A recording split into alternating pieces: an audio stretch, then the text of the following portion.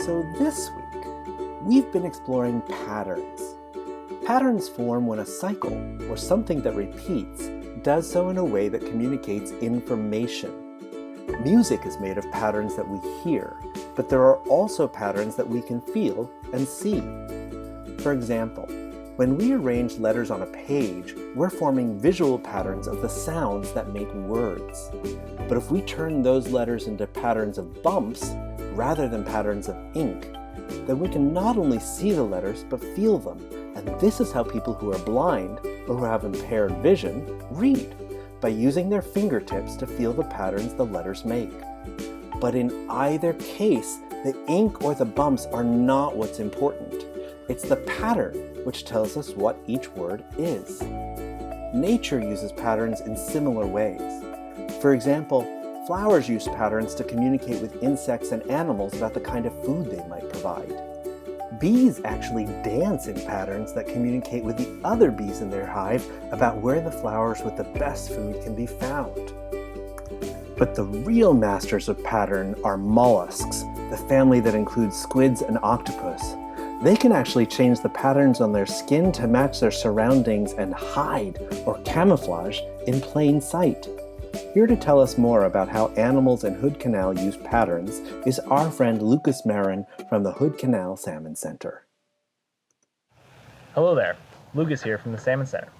Today we're talking about patterns and specifically how animals respond to different patterns.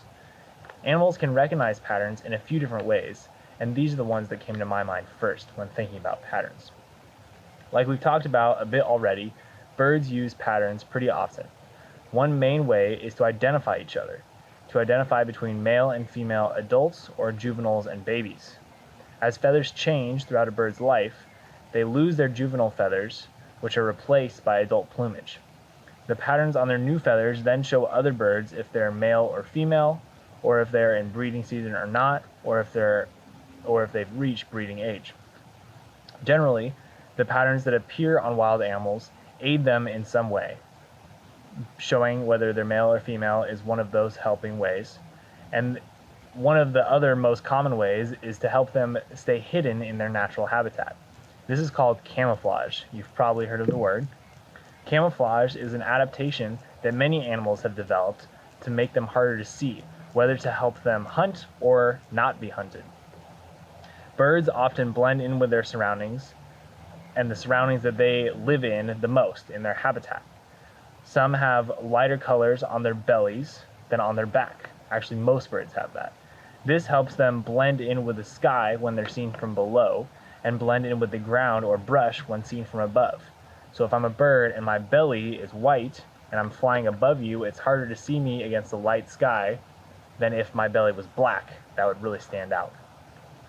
Think about when you see a seagull versus when you see a crow.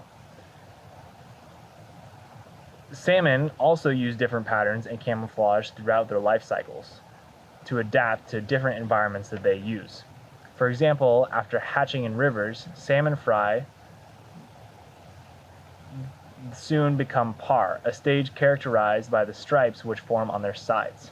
These stripes are actually different for each species of Pacific salmon, but all form these markings.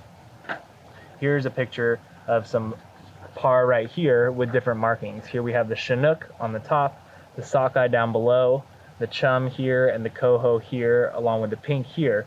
You can see that these patterns are different on each fish. So we actually use these in our jobs to identify which species of salmon we're seeing. The point of these markings is to camouflage them with the sticks, leaves, and other debris in rivers as they head downstream to the ocean. Once they hit the salt water, they start to change colors again, and similar to birds, develop a lighter belly and a darker back in order to camouflage in the ocean environment. One more thing that uses patterns in nature is plants. Plants use different patterns to attract animals to help them in a number of different ways. The first is through flowering. When plants flower, they flower with the same pattern of petals and colors, and this can indicate to animals what type of plant they are and if they're good to pollinate or eat. And you could say that for any part of a plant, whether it's the leaves or the stems or the flowers or the berries. Without these natural patterns, many animals wouldn't be able to reproduce, identify edible plants, or identify other animals, or they would get eaten way too much. So, Next time you see a pattern on a bird, a fish, or a plant, think about how that plant, bird, or fish might use that pattern to survive and how it might aid or help the plant, bird, or fish in the future. Thank you.